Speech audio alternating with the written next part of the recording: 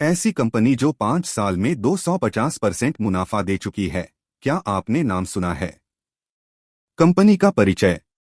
Transformers and rectifiers India LTD एक प्रमुख भारतीय कंपनी है जो पावर, फर्नेस और रेक्टिफायर ट्रांसफॉर्मर्स का निर्माण करती है।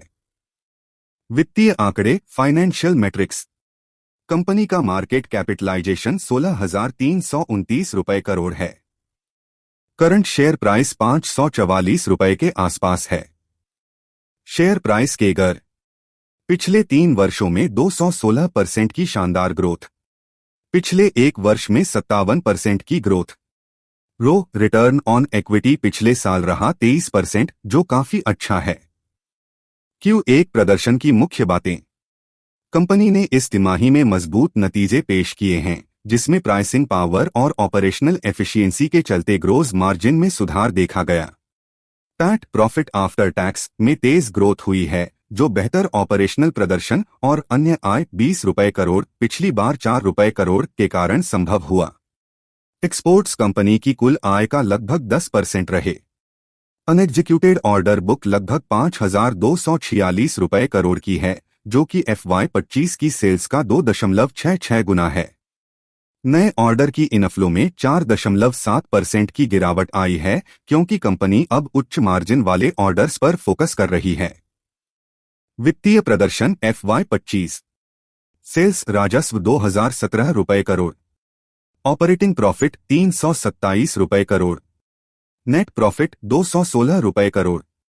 Operating profit margin OPM 16%। Company ने पिछले 5 वर्षों में 251% केगर के साथ जबरदस्त प्रॉफिट ग्रोथ दर्ज की है। ऑर्डर बुक की स्थिति। अनएग्जीक्यूटेड ऑर्डर बुक 5,246 रुपए करोड़। Q1 में नए ऑर्डर 665 रुपए करोड़ के नए ऑर्डर मिले। कंपनी के पास 18,000 रुपए करोड़ से ज्यादा की डील्स बातचीत के स्टेज में हैं। हाल ही में कंपनी को $16.6 मिलियन 138 रुपए करोड़ का बड़ा एक्सपोर्ट ऑर्डर मिला है, जो अब तक का सबसे बड़ा है, बोत्सवाना के एक लीडिंग EPC से। ग्रोथ ड्राइवर्स और भविष्य की योजना। Growth drivers future outlook. Capacity विस्तार, कैपेसिटी एक्सपांशन। मोरिया प्लांट में नया 22,000 MVA क्षमता विस्तार का निर्माण कार्य शुरू हो चुका है, जो Q2 FY26 के अंत तक चालू हो जाएगा। CRGO प्रोसेसिंग यूनिट और बैकवर्ड इंटीग्रेशन यूनिट्स का विस्तार भी जारी है, जिससे प्रोडक्ट क्वालिटी बेहतर होगी और दीर्घकालिक आत्मनिर्भरता सुनिश्चित होगी। लीडरशिप श्री मुकुल श्रीवास्तव को नया CEO नियुक्त किया गया है, जो मैन्युफैक्चरिंग एक्सलेंस और ऑपरेशनल सुधारों पर ध्यान देंगे। चेयरमैन श्री जितेंद्र मामतोरा के अनुसार कंपनी अगले 3 वर्षों में $1 बिलियन रेवेन्यू के लक्ष्य की दिशा में तेजी से बढ़ रही है। मैनेजिंग डायरेक्टर श्री सत्या मामतोरा ने कहा कि कंपनी का फोकस अब राष्ट्रीय और अंतर्राष्ट्रीय स्तर पर अपनी स्थिति मजबूत करने पर है, ताकि सस्टेनेबल ग्रोथ हासिल की जा सके। फायदे प्रोस। आने वाला क्वार्टर कंपनी के लिए सकारात्मक रहने की संभावना है। कंपनी ने अब तक मजबूत मुनाफे की ग्रोथ दिखाई है। ऑपरेशनल एफिशिएंसी में सुधार हो रहा है। डिबेटर डेज और वर्किंग कैपिटल डेज घटे हैं।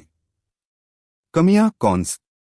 शेयर की वैल्यू बुक वैल्यू से 13 गुना पर ट्रेड कर रही है, जो कि महंगा माना जाता है।